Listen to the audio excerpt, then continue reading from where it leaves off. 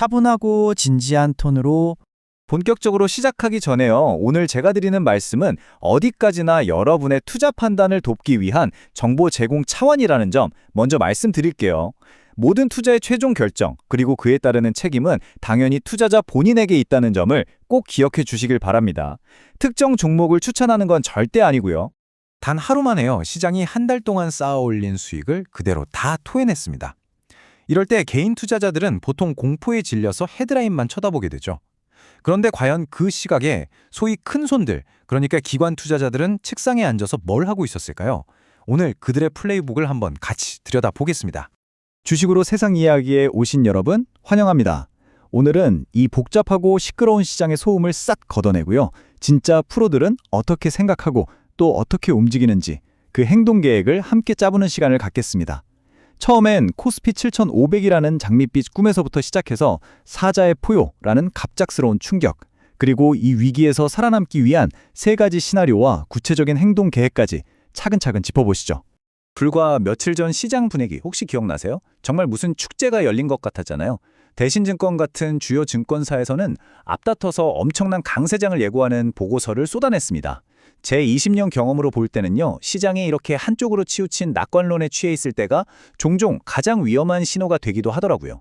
심지어 코스피 목표치는 기존 5,800에서 무려 7,500이라는 듣기만 해도 가슴이 웅장해지는 숫자로 올라갔습니다. 시장은 말 그대로 이 숫자에 열광하고 있었죠. 하지만 숫자가 야심차다고 해서 그 근거까지 무조건 탄탄한 건 이건 또 별개의 문제입니다. 자, 이 7,500이라는 숫자가 대체 어떻게 나왔나 그 공식을 한번 뜯어보시죠. 복잡해 보이지만 사실 핵심은 딱 하나입니다. 기업들의 이익, 바로 이 EPS가 앞으로 폭발적으로 늘어날 거라는 기대감. 이 단 하나의 가정 위에 그 모든 낙관론이라는 성이 세워져 있었던 겁니다. 숫자는 거짓말을 안 하지만 가끔 그 숫자를 해석하는 우리의 희망이 우리 눈을 멀게 할 때가 있죠. 여기서 진짜 중요한 포인트가 나옵니다. 이 모든 낙관론을 앞에서 끌고 가던 엔진이 사실상 딱 하나였다는 거죠. 바로 반도체 섹터였습니다. 전체 이익 전망치 상향분의 무려 85% 이상이 반도체에서 나왔다는 건 바꿔 말하면 우리 시장의 체력이 단 하나의 산업에 너무 과도하게 기대고 있었다는 뜻이기도 합니다. 이런 구조는 외부 충격에 굉장히 취약할 수밖에 없거든요. 하지만 아무리 단단하게 쌓아올린 펀더멘털 분석이라고 해도요, 전혀 예상치 못한 블랙스완, 검은 백조 한 마리가 나타나면 한순간에 모래성처럼 무너져 내릴 수 있습니다. 그리고 그 블랙스완은 지정학적 충격이라는 이름으로 우리에게 다가왔습니다. 이 타임라인을 한번 보세요. 정말 숨가쁘게 돌아갔죠. 전례가 없던 공격, 그리고 중동 전체를 전쟁의 공포로 몰아넣은 이 사건들은요, 금융시장의 심장을 그대로 멈춰 세우기에 충분하고도 남았습니다. 위기는 곧바로 숫자로 번역됐습니다. 공급망이 흔들릴 거라는 우려에 유가는 치솟고 불확실성이라는 공포를 세상에서 제일 싫어하는 주식시장은 그대로 무너져 내렸죠. 이건 위기 상황에서 시장이 보이는 가장 전형적인 아주 교과서적인 반응입니다. 그리고 바로 이 한마디가 시장의 공포에 기름을 부었습니다. 단기 충격으로 끝날 수도 있었던 사건이 장기적인 분쟁이 될 수 있다는 공포감. 이것이 바로 패닉셀링, 즉 투매를 불러일으킨 핵심적인 방아쇠였던 거죠. 이런 패닉의 순간에 프로들은 절대 추측하지 않습니다. 데이터를 기반으로 시나리오를 만들고 그 시나리오에 맞춰서 대응 계획을 세울 뿐이죠. 바로 지금 우리 모두가 마주한 질문입니다. 패닉셀링에 동참해야 할까? 아니면 이걸 저가 매수의 기회로 삼아야 할까? 이건 감으로 결정할 문제가 절대 아니에요. 지금부터는 대신증권 리포트를 바탕으로 한 냉정한 데이터 분석으로 한번 들어가 보죠. 프로들은 보통 이런 상황에서 세 가지 시나리오를 테이블 위에 올려놓습니다. 최선의 경우, 보통의 경우, 그리고 최악의 경우죠. 각 시나리오별로 분쟁 기간과 유가, 그리고 코스피가 얼마나 빠질지를 구체적인 숫자로 정리한 겁니다. 이렇게 막연한 공포를 관리 가능한 숫자로 바꾸는 것, 이게 바로 위기 관리의 첫걸음입니다. 여기에 제 20년 경험을 좀 보태서 말씀드리자면요. 시장에는 일종의 근육 기억이라는 게 있습니다. 2003년 이라크 전쟁 때도 그랬고 수많은 중동 분쟁 때도 마찬가지였어요. 유가 급등으로 실물 경제에 치명상을 입히는 수준까지 가지 않는다면 이런 지정학적 충격은 대부분 단기 소음으로 끝나고 시장은 언제 그랬냐는 듯 제자리를 찾아갔습니다. 시장은 우리가 생각하는 것보다 회복하는 법을 꽤 잘 기억하고 있거든요. 자, 그럼 이제 분석은 이쯤 하고요. 실제 액션 플랜, 그러니까 우리가 바로 실행할 수 있는 플레이북으로 넘어가 보겠습니다. 지금 우리의 목표는 딱 두 가지입니다. 첫째, 어떻게든 살아남는 것. 둘째, 이 위기를 기회로 바꾸기 위한 전략적인 위치를 미리 잡아두는 것입니다. 이런 변동성 장세에서 제일 먼저 해야 할 일은 감정을 싹 빼고 원칙을 세우는 겁니다.